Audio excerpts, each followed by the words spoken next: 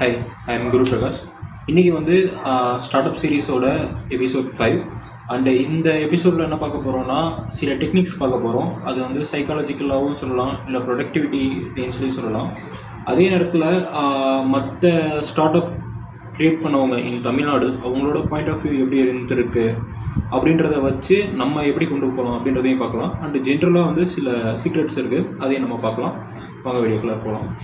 Okay, இப்போ நீங்கள் வந்து ஒரு ஸ்டார்ட் அப் க்ரியேட் பண்ணுறீங்க. அந்த ஸ்டார்ட் அப் வந்து எங்கே க்ரியேட் பண்ணணும் அப்படின்றது தான் மெயினான கோல். ஃபஸ்ட்டு எங்கே பிரச்சனை நடக்குது, அதுக்கு எங்கே நம்ம வந்து ஒரு சொல்யூஷன் கொடுக்க போகிறோம் அப்படின்றத நீங்கள் ஃபைண்ட் அவுட் பண்ணணும். ஃபார் எக்ஸாம்பிள் வந்து இப்போ லைக் வந்து பார்டர் ஓரியன்ட் ப்ராப்ளம் இருக்குது. அது வந்து எப்படின்னா லேண்ட் டு லேண்ட் இருக்க பார்டர் ஓரியன்ட் ப்ராப்ளம். ஸோ இது வந்து நம்ம தமிழ்நாட்டில் கம்பெனி வச்சுருந்தோம்னா ஒர்க் அவுட் ஆகுமா அப்படின்னு கேட்டிங்கன்னா கிடையாது. ஏன்னா நம்ம வந்து எந்த ஒரு பார்டரும் வந்து கிராஸ் கண்ட்ரி, அதாவது அதர் கண்ட்ரியோட நம்ம வந்து ஷேர் பண்ணல லேண்ட் வழியாக.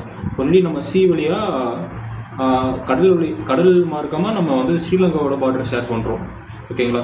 ஸோ நம்ம பண்ணுற சொல்யூஷன் வந்து எங்கே எஃபெக்டிவாக இருக்கும் அங்கே தான் வந்து நம்ம மோஸ்ட்லி வந்து க்ரியேட் பண்ணணும். அப்படி பண்ணால் தான் நம்மளுக்கு லாஜிஸ்டிக்ஸ்லேருந்து எல்லாத்துக்குமே வந்து நம்மளுக்கு பெனிஃபிஷியலாக இருக்கும். இப்போ நீங்கள் தமிழ்நாட்டில் ஒரு ப்ராடக்ட்டை ரெடி பண்ணிவிட்டு அதை திரும்பி நீங்கள் குஜராத்தோ இல்லை வந்து ஜம்முவோ எடுத்து போனீங்கன்னா அதுக்காக லாஜிஸ்டிக்ஸை யோசிச்சு பாருங்கள், அதில் இருக்க கன்ஸ்டன்ட்டை யோசிச்சு பாருங்கள், நிறையா வரும். ஸோ நீங்கள் வந்து இப்போ இந்த என்விரான்மெண்ட்டில் இந்த லாஜிஸ்டிக்ஸ் ஜோனுக்குள்ளார என்னால் ஒரு ப்ராடக்ட்டுக்கு இல்லைனா என்னால் ஒரு சொல்யூஷன் கொடுக்க முடியுமா அப்படின்றத வந்து யோசிச்சுட்டு தான் நீங்கள் இறங்கணும். இதுதான் ஃபஸ்ட்டு ட்ரெண்ட். ஓகே, அடுத்து வந்து ஒரு ஜென்ரலான ஒரு ஸ்டாட்டிஸ்டிக்ஸ் இருக்குது. என்னென்னு பார்த்தீங்கன்னா, இப்போ 100 கம்பெனி உருவாகுதுன்னா அதில் 90 கம்பெனி வந்து, அதாவது 100 ஸ்டார்ட் அப் உருவாகுதுன்னா அதில் 90 ஸ்டார்ட் அப் வந்து பார்த்தீங்கன்னா ஃபெயில் ஆயிரும். 10 ஸ்டார்ட் அப் மட்டும் தான் நிற்கும் அப்படின்ற மாதிரி தான் சொல்லுவாங்க. ஃபார் எக்ஸாம்பிள், இப்போ எத்தனை பேருக்கு வந்து ஏத்தர்ன்ற எலக்ட்ரிக் பைக்கை பற்றி தெரியும்? அண்டு எத்தனை பேருக்கு மீதி இருக்க நிறைய பிராண்ட் வந்துச்சு, அது வந்து ரொம்ப லோக்கலாக வந்துச்சு. லைக் வந்து பேட்டரி இருக்குது, பிஎல்டிசி மோட்ரு இருக்குது, ஃப்ரேமு மட்டும் நம்ம க்ரியேட் பண்ணுறோம். சில பேர் என்ன பண்ணுவாங்கன்னா வியட்நாமில் இருந்து இல்லை சைனாவில் இருந்து மொத்தமாக ப்ரிக்யூர் பண்ணிவிட்டு இங்கே அசம்பிள் பண்ணி அதை அவங்க ஒரு கம்பெனின்னு வச்சு விற்பாங்க. இந்த மாதிரிலாம் நிறைய நடந்துச்சு. ஆனால் அவங்களாம் சஸ்டெயின் ஆனாங்களா அப்படின்னு பார்த்தீங்கன்னா ஒரே ப்ராடக்ட் தான் விற்றாங்க, அதாவது ஒரே ப்ராப்ளத்துக்கு தான் வந்து சொல்யூஷன் கொடுத்தாங்க. பட் ஏன் ஏத்தர் மட்டும் அதில் சக்ஸஸ் ஆனுச்சு அப்படின்னு பார்த்தீங்கன்னா அதில் அதுக்கு இன்ஜினியரிங் இருந்துச்சு. ஸோ நீங்கள் உங்களோட விஷன் தான் முக்கியம். நீங்கள் வந்து எந்தளவுக்கு நம்ம ப்ராசஸை சிம்பிள் பண்ணுறோம், அதை வந்து நம்ம ஈஸியாக வந்து ஒரு ப்ராப்ளத்துக்கு வந்து சொல்யூஷன் கொடுக்குறோன்றதை விட அதில் நான் என்னத்தை வந்து புதுசாக கொண்டு வரேன், அது எப்படி மக்களோட கனெக்ட் ஆகுது, அது எப்படி வந்து ஒரு கஸ்டமர் வந்து நம்பி வாங்குறான் அப்படின்றது மெயின். இல்லை மார்க்கெட்டிங்கும் இன்வால்வ் ஆகிருக்கும், நான் ஒத்துக்கிறேன். பட் மெயினான என்னென்னா அதை வேல்யூ பண்ணுறான்ல. நான் வந்து ஒரு ப்ராடக்ட் வாங்குகிறேன், அதை நான் வேல்யூ பண்ணணும், அப்போ தான் அது என்னோட ஈகோவை சாட்டிஸ்ஃபை பண்ணும் அப்படின்ற ஒரு மைண்ட் செட்லேயே நீங்கள் வந்து ஒரு ப்ராடக்ட்டை செய்கிறப்ப ஆரம்பிக்கணும். ஃபார் எக்ஸாம்பிள் 1 lakh கொடுத்து ஏன் அவன் வந்து ஒரு ஐஃபோன் வாங்குறான், அதே வந்து ஒரு 30,000 கொடுத்து ஏன் உங்களோட ஸ்பெக்காக இருக்க ஃபோனை வாங்க மாட்டேங்கிறான் அப்படின்ற மாதிரி தான் நீங்கள் யோசிக்கணும். ஓகேங்களா? மெயின் ரீசன் என்னென்னா அது அவனோட ஈகோவை சாட்டிஸ்ஃபை பண்ணுது. ஸோ நீங்கள் ஈகோவை சாட்டிஸ்ஃபை பண்ணுற மாதிரி உங்கள் ப்ராடக்ட்லேயோ இல்லை உங்கள் சர்வீஸ்லேயோ ஏதாவது ஒன்று வச்சுருக்கீங்களா அப்படின்றத உங்களை நீங்களே கேட்டுக்கோங்க. இது ஒரு செக்லிஸ்ட் மாதிரி எழுதி வச்சுக்கோங்க. ஓகே, 2 ட்ரிக்கு சொன்னன்ற மாதிரி சொன்னல, அது ஒன்றும் கிடையாது. ஃபஸ்ட்டு ட்ரிக் என்னென்னா ஸ்வாட் அனாலிசிஸ். நார்மலாக எல்லா இடத்துலையும் கேட்டிருப்பீங்க, ஸ்ட்ரென்த்து, வீக்னஸ்ஸு, த்ரெட்டு, ஆப்பர்ச்சுனிட்டி அப்படின்னு சொல்லுவாங்க. இப்போ நான் ஒரு ப்ராடக்ட்டுக்கு வந்து ஒரு சொல்யூஷன் கொடுக்குறேன், இதில் என்ன ஸ்ட்ரென்த் இருக்குது, இது வந்து என்ன பெனிஃபிட் இருக்குது, இது வந்து ரீச் ஆகுறதுக்கு அப்படின்ற மாதிரி நீங்கள் பார்க்கணும். அண்டு வந்து இதில் என்ன வீக்னஸ் இருக்குன்றதை நீங்கள் பார்க்கணும். இது ரெண்டுமே காமன் டேர்ம் தான், உங்களுக்கு ஈஸியாக புரிஞ்சுக்க முடியும். இதில் என்ன பலம் என்ன பலவீனம் அப்படின்றத வந்து நீங்கள் தெரிஞ்சுக்கிட்டால் தான் அதுக்கேற்ற மாதிரி பேக்கப் பிளான் வைக்க முடியும் உங்களால். இல்லை அந்த சக்ஸஸை சஸ்டெயின் பண்ணுறதுக்கு ஒரு பேக்கப் பிளான் வைக்க முடியும் உங்களால். ஃபார் எக்ஸாம்பிள், ஓலா இல்லை உபர் எடுத்துக்கலாம், இல்லை ரேப்பிடோ எடுத்துக்கலாம். ரேப்பிடோவில் இப்போ என்ன பெனிஃபிட் என்ன ஸ்ட்ரென்த்துன்னு பார்த்தீங்கன்னா, முன்னாடிலாம் ஆட்டோக்காரங்க வச்சு தான் ரேட்டுன்னு இருந்துச்சு. இப்போ ஃபார் எக்ஸாம்பிள் ஒரு 5 கிலோமீட்டர் போகணுன்னா 200 கேட்டாங்கன்னா கண்டிப்பாக 200 நான் கொடுத்துட்டு வருவோம். பட் இப்போ வந்து பார்த்திங்கன்னா ரேப்பிடோ அப்படின்னு வரப்போ அவங்க என்ன ஆகுறாங்கன்னா 5 கிலோமீட்டருக்கு ஒரு 10 rupees அப்படின்ற மாதிரி வச்சு 50 rupeesன்னு வாங்க முடியுது. ஸோ நம்மளுக்கு வந்து ஒரு ஆட்டோ கம்பேர் பண்ணுறப்ப நம்ம டிராஃபிக்கில் ஈஸியாக போக முடியுது. இது அவங்களுக்கு ஒரு ஸ்ட்ரென்த்து. இது மாதிரி வந்து ஸ்ட்ரென்த்தை வந்து லிஸ்ட் பண்ணிக்கிட்டே வருவாங்க. வீக்னஸ் அப்படின்னு பார்த்தோன்னா இது கண்டிப்பாக ஒரு ஸ்ட்ரைக் வரும் ஆட்டோக்காரங்கள்ட்ட இருந்து. ஏன்னா அவங்களோட வாழ்வாதாரமே இதில் வந்து பாதிக்கப்படுது. அதே மாதிரி வந்து மற்ற விஷயங்கள் இருக்குது, லைக் இன்சூரன்ஸ் இல்லை, அதில் ஏதாவது ஒரு ப்ராப்ளம் ஆகலாம், இல்லை லீகலாக எப்போ வேணாலும் இதை வந்து பேன் பண்ண முடியும்.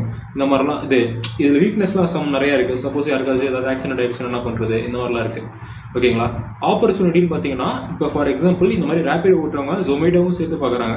அப்படி பார்க்குறப்ப என்னென்ன ஆகுதுன்னா, ஒன்று இல்லை ஆர்டர் கிடைக்கலாம், கிடைக்காம போகலான்ற சுச்சுவேஷனில், ஆர்டர் கிடைக்காம போகிற சுச்சுவேஷனில் நம்ம வந்து லைக் ஃபுட் டெலிவரி பண்ணுற மாதிரியே இருக்கும்.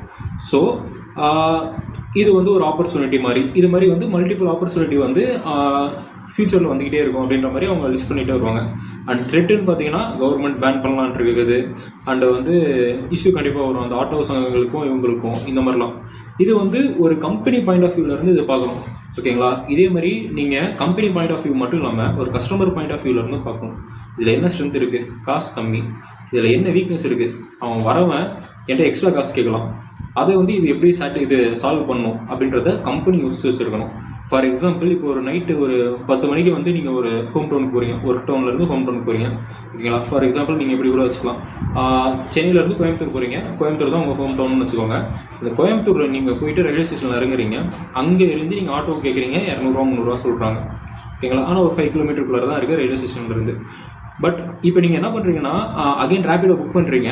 உங்களுக்கு ஆப்பில் காமிக்கிறது வந்து ஃபார் எக்ஸாம்பிள் ஒரு 100 ருபீஸ்ன்னு இருக்குது.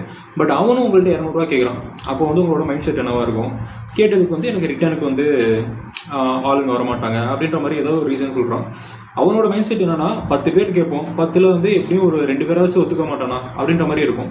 ஸோ இப்போ இது வந்து யாரோட இது பாதிக்கும் அப்படின்னு பார்த்தீங்கன்னா, யாரோட பேர் பாதிக்கும்னு பார்த்தீங்கன்னா, கண்டிப்பாக ரேபிடோவோட அந்த மாதிரி பிளாட்ஃபார்ம் வச்சுருக்கவங்க அவங்களோட பேர் தான் பாதிக்கும். அதுக்கு ஏதாவது எக்ஸிக்யூஷன் பிளான் வச்சுருக்காங்களா, ஆல்ரெடி என்ன சொல்கிறதுனா பிளான் பி வச்சுருக்காங்களா அப்படின்ற மாதிரி நீங்கள் யோசிக்கணும். நீங்கள் ஒரு கம்பெனி வச்சுருந்தீங்கன்னா, ஒரு சர்வீஸ் கொடுக்குற கம்பெனியாக இருந்தால் அப்படி யோசிக்கணும். சப்போஸ் நீங்கள் ப்ராடக்ட் மாதிரி ஏதாவது பில்ட் பண்ணி அதை நீங்கள் கொடுக்குறீங்க அப்படின்னா, இது எந்தெந்த மாதிரியெல்லாம் ஃபெயில் ஆகும் அப்படின்ட்டு ஃபெயிலியர் அனாலிசிஸ் பண்ணிவிட்டு ஃபால்ட்ரி அனாலிசிஸ்ன்னு சொல்லுவாங்க. என்ன ஃபால்ட் வரும், அதுக்கு என்ன நான் சொல்யூஷன் வச்சுருக்கேன், நான் நோட் டவுன் பண்ண எல்லா ஃபால்ட்டையும் ஒரு ட்ரீ மாதிரி வரைவேன். இந்த பிரான்ச்சில் எந்தெந்த ஃபால்ட்லாம் வரலாம், இந்த பிரான்ச்சில் எந்தெந்த ஃபால்ட்லாம் வரலான்ட்டு இந்த ஃபால்ட்டை எப்படி ஓவர் கம் பண்ணுறது இல்லை பைபாஸ் பண்ணுறதுன்ற ஒரு பிளானும் என்கிட்ட இருந்ததுன்னா, அது வந்து மக்கள்கிட்ட எப்படி போகும், கஸ்டமர்கிட்ட எப்படி போகும்னா, இவன் எல்லாத்துக்கும் சொல்யூஷன் வச்சுருக்கான், இவன் R&D பண்ணியிருக்கான், இவன் இன்ஜினியரிங் பண்ணியிருக்கான் அப்படின்ற மாதிரி ஒரு அடிஷ்னல் வேல்யூவாக அது வந்து சேரும். ஸோ உங்களோட ப்ராடக்ட் வந்து ஒரு ஃபுல்ஃபில் ப்ராடக்ட் அப்படின்ற ஒரு நம்பிக்கை வரும். அண்ட் அவனோட ஈகோ சாட்டிஸ்ஃபை ஆகும். நான் கொடுத்த காசுக்கு வேல்யூவான ஒரு பொருளை வாங்கியிருக்கேன், மற்றவனை கம்பேர் பண்ணுறப்ப நான் அறிவாளித்தனமாக இதில் வந்து நான் புத்திசாலித்தனமாக அதை வாங்கியிருக்கேன், நான் இதை சூஸ் பண்ணியிருக்கேன் அப்படின்னு நினைக்கணும். ஒரு மெயினான சீக்ரெட் என்னென்னா, நான் புத்திசாலியாக இந்த ஒரு ப்ராடக்டை சூஸ் பண்ணியிருக்கேன் அப்படின்ற மாதிரி நீங்கள் கஸ்டமரை வந்து ஃபீல் பண்ண வைக்கணும். அப்போ நான் மட்டும்தான் உங்களால் ஸ்டார்ட் அப்பில் சக்ஸஸ் ஆக முடியும். ரெண்டாவது பெரிய சீக்ரெட் என்னன்னு பார்த்தீங்கன்னா, உங்கள் கஸ்டமரே உங்களுக்கு வந்து மார்க்கெட்டிங் பண்ணணும். ஃபார் எக்ஸாம்பிள் நீங்கள் வந்து இப்போ அகெயின் எனக்கு பிடிச்ச கார் நேனோ, அதை எடுத்துக்கலாம். இப்போ நீங்கள் நேனோ கார் வந்து எந்த ஒரு மார்க்கெட்டிங்குமே கிடையாது அப்படின்னு வச்சுக்கோங்களேன். இப்போ ரிலீஸ் பண்ணுறான், அதுவும் எலக்ட்ரிக்கில் ரிலீஸ் பண்ணுறான். நேனோ கார் எலக்ட்ரிக்கில் இருக்குன்னு அப்படின்னு வச்சுக்கோங்களேன். இப்போ வந்து அது அகெயின் 1 லேக்கு கொடுக்குறான் அப்படின்றப்ப நம்ம வந்து 1 லேக்குக்கு மேலே தான் இப்போ பைக் விற்குது. இப்போ நம்ம 1 லேக்குக்கு விற்றா நேனோ கார் வாங்குவோமா மாட்டோமா? கண்டிப்பாக வாங்குவோம். ஸோ இப்போ நான் வாங்கிட்டு நான் அதை வந்து ப்ரௌடாக இன்ஸ்டாகிராமில் போடுறது, இல்லை என் ஃப்ரெண்ட்ஸ்கிட்ட சொல்கிறது, அந்த மாதிரி பண்ணிவிட்டு அண்ட் அவங்களும் வந்து அது ஒரு என்ன சொல்கிறதுனா ஒரு க்ளோரிஃபையிங் ஆப்ஜெக்டாக பார்த்துட்டு அவங்க என்ன பண்ணுவாங்கன்னா, அவங்களும் வந்து பக்கத்தில் நின்று ஃபோட்டோ எடுத்து பண்ணுவாங்க. ஸோ இது வந்து ஒரு என்ன சொல்கிறதுனா ஒரு மார்க்கெட்டிங் உருவாக்கும். அண்ட் அவங்களுக்குமே வாங்கணுன்றது தோணும். இந்த மாதிரி வந்து நீங்கள் எப்போ ஒரு பெஸ்ட்டான ப்ராடக்ட் நீங்கள் கொடுக்குறீங்களோ அப்போ வந்து அது என்ன பண்ணுன்னா, இப்போ நான் ஒரு புத்திசாலித்தனமாக ஒரு முடிவு எடுத்திருக்கேன் அப்படின்னு வந்து அவங்க ஒரு கஸ்டமரை ப்ரொபகண்டா பண்ணுவாங்க. அது வந்து உண்மைதான் அப்படின்னு இன்னொருத்தங்க நம்புறப்ப இவங்களோட ஈகோ இன்னுமே சாட்டிஸ்ஃபை ஆகும். அது நீங்கள் பண்ணிட்டீங்கன்னா உங்கள் ஸ்டார்ட் அப்லோட ப்ராடக்ட்டோ இல்லை சர்வீஸோ கண்டிப்பாக ரீச் ஆயிரும். அண்ட் இன்னுமே நிறையா பார்த்தீங்கன்னா, எல்லா ஸ்டார்ட் அப் ஆரம்பிக்கிறவங்களுக்கும் ஒரு பயம் இருக்கும். நம்மளுக்கு அந்தளவுக்கு வந்து ஃபினான்ஷியலாகவும் சரி, பொலிட்டிக்கலாகவும் சரி, இல்லை பேக்ரவுண்ட் வைஸும் சரி, நம்மளுக்கு அந்தளவுக்கு பெரிய இது கிடையாது, பேக்ரவுண்ட் கிடையாது. நம்ம எப்படி வந்து சக்ஸஸ் ஆகும் அப்படின்ற மாதிரி இருக்கும். அண்ட் ஸ்ரீதர் வேம்பு அவங்களும் இப்போ சரி, இல்லைனா வந்து பார்த்திங்கன்னா டாக்டர் ஏ வேலுமணி அவரும் சரி, அவங்களும் வந்து பார்த்திங்கன்னா 0ல் இருந்து தான் ஸ்டார்ட் பண்ணாங்க. இவங்க வந்து இதுதான் இருக்குது, நான் கீழே விழுந்தா இதெல்லாம் வரும் அப்படின்ற ஒரு பேக்கப் வச்சு அவங்கெல்லாம் வரல. ஸோ அப்போ வந்து நான் உடனே குதிச்சிடலாமான்னு கேட்டிங்கன்னா அப்படி கிடையாது. நீங்கள் என்ன பண்ணணும்னா, நீங்கள் ஒரு லைஃப் வச்சுருக்கீங்க, அந்த லைஃப்பை நீங்கள் 3ஆக பிரிச்சுக்கணும் எப்பொழுதுமே. Professional life, personal life and social லைஃப்னு சொல்லிட்டு இது மூணையும் பாதிக்கக்கூடாது. அது மட்டும்தான் உங்கள் மைண்டில் இருக்கணும். இப்படி இருந்து நீங்கள் பிஸ்னஸ் பண்ணால் மட்டும்தான் நீங்கள் வாழ்ந்து ஒரு பிஸ்னஸ் பண்ணதுக்கான ஒரு வேல்யூ இருக்குது. இல்லைனா சும்மா வந்து நான் ஒரு போட்டிக்காக, உங்கள் வாழ்க்கையை வந்து ஒரு போட்டியாக மாறிடும். காம்படிட்டிவ்னஸ் வந்து ஓகே தான், பட் ஆனால் என்ஜாய் பண்ணாமல் வெறும் காம்படிட்டிவ்னஸ் மட்டும் வச்சுருந்தா அது எந்த விதத்தில் யூஸ்ஃபுல்லாக இருக்கும் சொல்லுங்கள்? கடைசியில் சாகிறப்ப வந்து நான் ஜெயிச்சிட்டேன் அப்படின்ட்டு ஒரு பேருக்காக மட்டும்தான் நம்ம வளர்ந்துருக்கோன்ற மாதிரி இருக்கும். அப்படி இருக்கக்கூடாது. நான் வந்து அனுபவிச்சிருக்கேன் அண்ட் நான் ஜெயிக்கவும் செஞ்சுருக்கேன் அப்படின்ற மாதிரி இருக்கணும். ஸோ இதில் வந்து பார்த்தீங்கன்னா மோஸ்ட்லி நீங்கள் என்ன பண்ணணும்னா, நீங்கள் இப்போ ஒரு ஒர்க் வச்சுருக்கீங்க, 24 மணி நேரமும் நீங்கள் வந்து ஒர்க்கை பற்றி யோசிக்கணுன்றது தான் ஜென்ரலாக சொல்லுவாங்க. நீங்கள் ஒரு கம்பெனியை வந்து வச்சுருக்கீங்கன்னா, பட் நீங்கள் இப்போ போகிறீங்க, உங்களுக்கு வந்து தூக்கம் முக்கியம், இல்லைனா உங்களோட ஃபேமிலியோட டைம் ஸ்பெண்ட் பண்ணுறது முக்கியம். அப்போ என்ன பண்ணணும்னா, வீட்டுக்கு போகிறப்ப நீங்கள் நார்மலாக மாறிடணும். அண்ட் நைட்டு தூங்குறப்போ உங்களுக்கு தூக்கம் வரணும், தூக்கம் வர வைக்கணும். அப்படி வர வச்சா மட்டும்தான் உங்கள் பிஸ்னஸ் சக்ஸஸ் ஆகும், இல்லைனா ஆகவே ஆகாது. ஏன் அப்படி சொல்கிறேன்னா, ஒரு நாள் இப்படி வந்து தூக்கம் இல்லாமல் போகுது அப்படின்னா ஓகே, பட் அதுவே பேட்டர்ன் ஆகுது. அந்த பேட்டர்னால உங்களோட ஸ்லீப்பிங் சைக்கிள் மாறுது. அண்ட் அந்த ஸ்லீப்பிங் சைக்கிள்னால உங்கள் ப்ரொடக்டிவிட்டி போகுது. அந்த ப்ரொடக்டிவிட்டினால நீங்கள் ரொம்ப ஸ்லோவாக வேலை செய்கிறீங்க. அந்த நீங்கள் ரொம்ப ஸ்லோவாக வேலை செய்கிறதுனால உங்களோட ப்ராடக்டை உங்களால் குவாலிட்டியாக டிசைன் பண்ண முடியல, இல்லைனா டெலிவர் பண்ண முடியல. அப்படின்றப்ப அகைன் என்ன ஆகுது, அது வந்து உங்களோட ஃபேக்டர் ஆஃப் சக்ஸஸை வந்து குறைக்குது. ஸோ நீங்கள் வந்து ஃபேக்டர் ஆஃப் சக்ஸஸ் வந்து எதனால் குறையுது அப்படின்னு பார்த்தீங்கன்னா, உங்களுக்கு தூக்கம் வரல அப்படின்றதுனால குறையுது. அப்போ நீங்கள் என்ன பண்ணணும்னா, தூக்கம் உங்களுக்கு கரெக்டாக வரணும். அப்படி வந்தால் மட்டும்தான் நீங்கள் வந்து பிஸ்னஸ் பண்ண முடியணும். ஃபேமிலிக்குள்ளே கரெக்டாக டைம் ஸ்பெண்ட் பண்ண முடியணும். இல்லை ஃபேமிலியில் இஷ்யூஸ் இருக்குது, அது வந்து உங்களுக்கு எங்கே ரிஃப்ளெக்ட் ஆகும், உங்கள் ப்ரொஃபஷனல் லைஃப்லையோ இல்லை சோசியல் லைஃப்லையோ ரிஃப்ளெக்ட் ஆகும். ஏன் சோசியல் லைஃப் வந்து ரொம்ப இம்பார்ட்டன்ட்னா, நெட்வொர்க்கும் ரொம்ப முக்கியம், உங்களை சுற்றி இருக்க சரௌண்டிங்கும் முக்கியம். அதுவும் தான் வந்து உங்களுக்கு சப்போர்ட் பண்ணும். நீங்கள் வந்து ஒரு 24 மணி நேரத்தில் எவ்வளோ டைம் வந்து சோசியலி நீங்கள் வந்து செலவு பண்ணுறீங்க அப்படின்றது ரொம்ப முக்கியம். லைக் வந்து சோசியலி மீன்ஸ் சோசியல் மீடியாவை நான் சொல்லலை, ஆக்சுவலாக நீங்கள் வந்து எத்தனை பேர்கிட்ட வந்து பேசுகிறீங்க, எத்தனை பேர் வந்து புரிஞ்சுக்கிறீங்க, எத்தனை பேருக்கு ஏற்ற மாதிரி அடாப்ட் பண்ணிக்கிறீங்க, எத்தனை பேர் உங்களுக்கு ஏற்ற மாதிரி அடாப்ட் பண்ணிக்கிறாங்க, இது மாதிரி எத்தனை ரிலேஷன்ஷிப் வந்து நீங்கள் சம்பாரிச்சிருக்கீங்க, இல்லை எத்தனை நெட்வொர்க் நீங்கள் சம்பாரிச்சிருக்கீங்க அப்படின்றதுமே வந்து ஒரு ரெவன்யூ மாதிரி தான். Relationship also is like a money அப்படின்ற மாதிரி நீங்கள் ஒரு மைண்ட் செட் வச்சுக்கிட்டீங்கன்னா, அந்த மணியை நீங்கள் வந்து ரெஸ்பெக்ட் பண்ணுற மாதிரி ரிலேஷன்ஷிப்பையும் ரெஸ்பெக்ட் பண்ணுவோம். ஸோ இது வந்து பார்த்தீங்கன்னா, இது மூணையுமே இம்ப்ரூவ் பண்ணுறது தான் முக்கியமான விஷயம். மூணும் வந்து டிஸ்டர்ப் பண்ணாமல் இருக்கணும், அதுவும் ரொம்ப முக்கியமான விஷயம். இதை வந்து எப்பொழுதுமே மறக்காதீங்க. சிலர் சொல்கிற கேட்டிருப்போம், லைக் வந்து பார்த்தீங்கன்னா, நான் வந்து ஒரு விவசாயி மாதிரி, எனக்கு வந்து எது வந்து கொடுக்குதோ, என்னை எது வாழ வச்சதோ அதில் தான் நான் திரும்பி இன்வெஸ்ட் பண்ணுவேன் அப்படின்பாங்க. ஃபார் எக்ஸாம்பிள் பிரகாஷ்ராஜ் அந்த கமல்ஹாசன் அவங்க சொல்கிற மாதிரி, நான் சினிமாவில் தான் வாழ்ந்தேன், சினிமாவில் நான் வந்து அமௌண்ட் போடுறேன், ஓகே ஃபைன், அது பிரச்சனை கிடையாது. பட் என்ன சொல்கிறேன்னா, அந்த மாதிரி அப்ரோச் வந்து கரெக்டானு பார்த்தீங்கன்னா, ஃபினான்ஷியல் பேக்ரவுண்ட் அவங்க கண்டிப்பாக இருக்கும். ஜஸ்ட்டு வந்து ஒரு என்ன சொல்கிறதுனா, ஒரு கிளிட்டரிங் டர்முக்காக தான் அவங்க சொல்லியிருப்பாங்க. அது உண்மை நம்ம எடுத்துக்கணுமானா கிடையாது, அது சும்மா ஸ்டேஜுக்காக பேசுகிறது. லைக் அந்த மாதிரி நீங்கள் பண்ணிங்கன்னா கண்டிப்பாக பிரச்சனை ஆகும். ஃபார் எக்ஸாம்பிள் நீங்கள் என்ன பண்ணுவீங்கன்னா, ஒரு ரெவன்யூ ஜென்ரேட் ஆகும், ரெவன்யூவில் எக்ஸ்பென்ஸ்லாம் போயிடும், அப்போ உங்களுக்கு ப்ராஃபிட்ன்றது ஒன்று தங்கும். அந்த ப்ராஃபிட்டை நீங்கள் என்ன பண்ணுவீங்கன்னா ரீஇன்வெஸ்ட்மெண்ட் பண்ணுவீங்க. சூப்பர். அப்படி பண்ண என்ன ஆகும், ஒரு சக்ஸஸ்ஃபுல் பிஸ்னஸாக இருந்து, கரெக்டான டைரெக்ஷனில் கரெக்டான எஃபர்ட் போடுற பிஸ்னஸாக இருந்து, இல்லை ஸ்டார்ட் அப்பாக இருந்துச்சுன்னா, அதோட சோர்ஸ் ரெவன்யூன்றது வந்து கொஞ்சம் கொஞ்சமாக பெருசாகும். கரெக்டாக. ஆனால் அதுவும் வந்து மார்க்கெட்டோட ட்ரெண்டை பொறுத்து, இல்லை வந்து குளோபல் கான்ஃப்ளிக்டை பொறுத்து, இல்லை பீப்புளோட மைண்ட் செட்டை பொறுத்து ப்ரொக்யூர் பண்ணுறது வந்து கண்டிப்பாக மாறும். ஸோ நீங்கள் வந்து அளவுக்கு அதிகமாக வந்து ரீஇன்வெஸ்ட்மெண்ட் பண்ணக்கூடாது. அதுக்குன்னு ஒரு பர்சன்டேஜ் வச்சுக்கணும். ஒரு 12% வந்து நீங்கள் ரீஇன்வெஸ்ட்மெண்ட் பண்ணலாம். மீதி இருக்கிறத வந்து நீங்கள் இன்வெஸ்ட் பண்ணுங்கள், தப்பு இல்லை. நீங்கள் வந்து லக்ஸரியாக இருக்கிறத லக்ஸரின்றது மீன்ஸ் உங்களோட அன்றாட செலவுகள் போக, குடும்ப செலவுகள் போக மீதி இருக்கிறத வந்து நீங்கள் இன்வெஸ்ட் பண்ணலாம். பட் ரிலையபிளான ஒரு சோர்ஸில் நீங்கள் இன்வெஸ்ட் பண்ணணும். அது திரும்பி உங்கள் பிஸ்னஸ்லேயே இன்வெஸ்ட் பண்ண வேணாம். ஃபார் எக்ஸாம்பிள் ஒரு 10,000 உங்கள்கிட்ட இருக்குன்னா, ஒரு 10 ஸ்டாக் வாங்கணும். எல்லாத்தையும் ஒரே ஸ்டாக்கில் வாங்கக்கூடாது. ஏன் ஒரே ஸ்டாக்கில் வாங்கக்கூடாது, அது ஒரு ஸ்டாக் வந்து போணுச்சுன்னா போனது தான். 10 ஸ்டாக் வாங்கியிருக்கேன், 10ல் ஏதாவது ஒன்று வந்து பீக்குக்கு வரலாம், இல்லை வந்து ஏதாவது ஒன்று வந்து அகர பாதாளத்துக்கு போகலாம். அப்படின்றக்கப்ப எப்படியா இருந்தாலும் நம்மளுக்கு ஒரு ப்ராஃபிட் இருக்கும், நெட் ப்ராஃபிட்ன்றது இருக்கும் அப்படின்ற ஒரு மைண்ட் செட் இருக்குல்ல.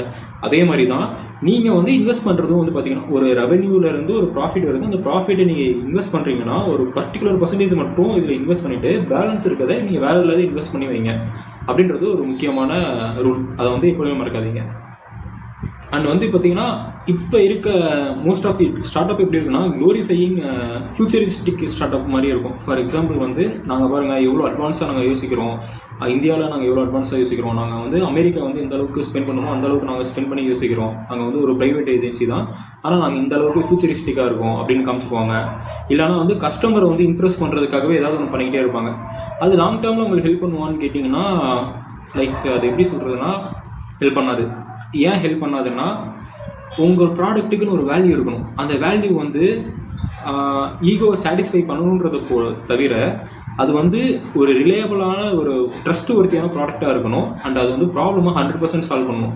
வெறும் மார்க்கெட்டிங் ட்ரெண்டை மட்டும் அது 100% சால்வ் பண்ணணும் அப்படின்ற மாதிரி நீங்கள் வச்சுட்டு இருந்தீங்கன்னா கண்டிப்பாக ஒரு நாள் வந்து கஸ்டமர் கண்டுபிடிச்சிருவாங்க. அந்த டைமில் அவங்க எப்படி ஆகும்னா அப்போ நம்மளை ஏமாற்றிட்டாங்க, நம்மளே ஏமாற்றிட்டாங்க அப்படின்ற மாதிரி மாறும். அது உங்களுக்கு வந்து ஒரு உங்கள் பிராண்டோட நேம் மேலேயே ஒரு பெரிய இம்பேக்டை க்ரியேட் பண்ணிடும். அதுலேருந்து மீண்டு வரதே கஷ்டம். ஃபார் எக்ஸாம்பிள் சம் ஸ்கூட்டர்ஸ் கம்பெனிலாம் வந்துருக்குல்ல எலக்ட்ரிக்கில், அதெல்லாம் அந்த மாதிரி தான் ஆனிச்சு. பட் அது அவங்க மேலே தப்பா அப்படின்னு கேட்டிங்கன்னா அவங்க ஒரு டியூ டேட்டை கொடுத்துட்டு அந்த டேட்டுக்குள்ளார நான் பண்ணணும் அப்படின்ற ஒரு கமிட்மெண்ட் கொடுத்ததுனால குவாலிட்டியில் வந்து அவங்க காம்ப்ரமைஸ் பண்ணுற மாதிரி ஆச்சு. அதனால சரியாக அவங்க டெஸ்ட் பண்ணல, அந்த வேலிடேஷன் டிசைன் வேலிடேஷன்ஸ்லாம் சரியாக பண்ணல. ஸோ இதனால் என்ன ஆகுதுன்னு பார்த்தீங்கன்னா அவங்களோட பிராண்ட் நேம் போகுதில்லை. அதுதான் நீங்கள் வந்து ஒன்ஸ் இந்த ஃபேக்டரை வந்து நீங்கள் யோசிக்காமல் நீங்கள் இறங்கவே கூடாது. வேல்யூ இருக்கணும், வேல்யூ கரெக்டாக குவாலிட்டியாக இருக்கணும். அதை மட்டும் நல்லா வச்சுக்கோங்க, மிஸ் பண்ணாதீங்க. ஓகே, நான் சொல்லியிருந்தேன் இப்போ வந்து சப்போஸ் உங்கள் ஸ்டார்ட் அப் வந்து ஃபெயில் ஆகிடுச்சுன்னா என்ன பண்ணுவீங்க? அவ்வளோதான். சில பேர் வந்து சில தப்பான முடிவுகள் எடுப்பாங்க, இல்லைனா அவ்வளோதான் அப்படின்னு சொல்லிட்டு பேக் டு எம்ப்ளாயி அப்படின்ற மாதிரி போவாங்க. நான் என்ன சொல்லுவேன்னா நீங்கள் ஒரு 24 மந்த்துக்கான ஒரு பேக்கப் அமௌண்ட்டை நீங்கள் வச்சுருக்கணும். அப்போ வந்து என்ன ஆகணும், உங்கள் ஃபேமிலி வந்து அதை டிஸ்டர்ப் பண்ணாது உங்கள் ஃபெயிலியர் அப்படின்றப்ப. உங்களுக்கு 24 மந்த்துன்றது உங்களுக்கு சர்வே பண்ணுறதுக்கு இருக்க டைம். அந்த சர்வே பண்ணுற டைமில் அகெயின் நீங்கள் ஏதாவது ஒரு த்ரெட்டை பிடிச்சி அகெயின் நீங்கள் மேலே வரலாம் அப்படின்ற மாதிரி ஒரு கான்செப்ட் இருக்குது. அதனால் 2 இயருக்கான ஒரு எமர்ஜென்சி பேக்கப் அமௌண்ட் உங்கள்ட்ட இருந்தது அப்படின்னா இப்போது வந்து ஒரு மாதத்துக்கு நீங்கள் வந்து ஒரு 50,000 செலவு பண்ணுறீங்க, ஓகேங்களா? 50,000 நீங்கள் செலவு பண்ணுறீங்க, ஆனால் வந்து உங்களால் 30,000 குடும்பம் ஓட்ட முடியும் அப்படின்ற மாதிரி இருந்துச்சுன்னா 30,000 × 24 கொடுக்குங்க. அந்த அளவு அமௌண்ட் இருக்குது அப்படின்னா அந்த அமௌண்ட்டை வந்து நீங்கள் மறந்துடுங்க. அந்த இருக்க மாதிரியே தனியாக ஒரு செப்பரேட்டாக ஒரு பேங்க் அக்கௌண்ட் வச்சுட்டு அந்த அமௌண்ட்டை அதில் டெபாசிட் ஃபிக்ஸ்ட் டெபாசிட் மாதிரி பண்ணிவிட்டு, இல்லை சம்திங் ஏதாவது பாண்ட் அந்த மாதிரி இருக்கணும்ல, கவர்மெண்ட் பாண்டு, அதில் வந்து இன்வெஸ்ட் பண்ணிவிட்டு நீங்கள் அப்படியே மறந்துடணும். அதுக்கப்புறம் மீதி இருக்க அமௌண்ட்டை வச்சு தான் நீங்கள் ஸ்டார்ட் அப் க்ரியேட் பண்ணிவிட்டு இந்த மாதிரிலாம் பண்ணணும். ஸோ என்ன ஆகுதுன்னு பார்த்தீங்கன்னா ஒன்ஸ் ஸ்டார்ட் அப் ஃபெயில் ஆகிருச்சுன்னா அவ்வளோதான் போல அப்படின்னு நினைக்கிறப்ப அந்த டைமில் தான் உங்களுக்கு ஞாபகம் வரணும். அது ஓகே நம்மள்ட்ட ஒரு பேக்கப் அமௌண்ட் இருக்குல்ல அப்படின்னு சொல்லிட்டு அது வந்து நீங்கள் ஃபேமிலிக்கு சப்போர்ட் பண்ணுறது அண்ட் நீங்கள் வந்து சர்வைவ் ஆகிறதுக்காக மட்டும் யூஸ் பண்ணிக்கணும். அது அகைன் வந்து இன்வெஸ்ட் பண்ணக்கூடாது, இல்லைனா பிஸ்னஸ்லேயோ இல்லை ஸ்டார்ட் அப்லேயோ. அகைன் அதில் இருந்து இப்போ 1 மந்த் சேலரியை வந்து எப்படி வந்து இன்க்ரீஸ் பண்ணலாம் அப்படின்ற மாதிரி தான் நீங்கள் யோசிக்கணும். ஃபார் எக்ஸாம்பிள் 30,000 ஒரு மாதத்துக்குன்னு சொல்லியிருக்கேன்னா 30,000 எவ்வளோ கம்மி பண்ணிவிட்டு இல்லை வந்து அந்த 30,000 எப்படி 50,000 மாற்ற முடியும் அப்படின்ற மாதிரி யோசிச்சுட்டு ஒரு இன்னும் கொஞ்சம் ஃபினான்ஷியலி ஸ்டேபிள் ஆனதுக்கப்புறமேட்டு நீங்கள் அகைன் வந்து ஸ்டார்ட் அப்பில் வர்றது கரெக்டாக இருக்கும். ஓகே வியூவர்ஸ், நான் ரொம்ப நிறைய பாயிண்ட் எடுத்து வச்சுருக்கேன், பட் வீடியோ லென்த் அதிகமாக இருக்குது. ஸோ நெக்ஸ்ட் எபிசோடில் கண்டிப்பாக பார்க்கலாம். தேங்க்யூ.